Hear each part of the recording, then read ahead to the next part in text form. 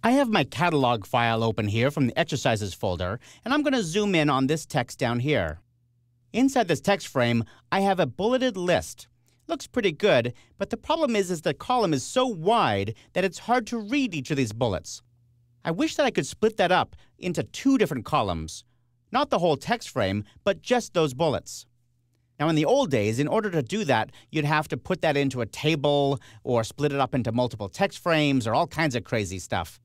Now, it's really easy. I'm going to double-click to switch to the Type tool and then select those paragraphs.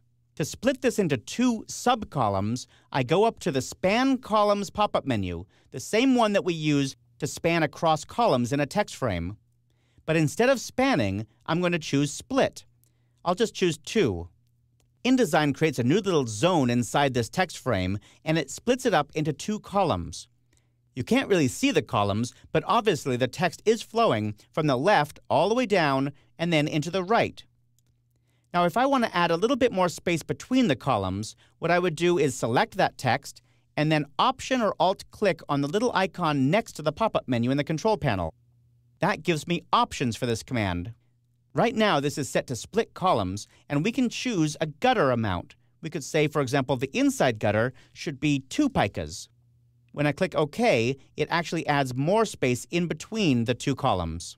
Let's see what happens if we change this to 3 columns instead. I'll Option or Alt-click on that, change the number to 3, and then change the inside gutter to something smaller because that's way too big. You get the idea. This ability to break up columns into little subcolumns is awesome, especially when it comes to bulleted lists like this.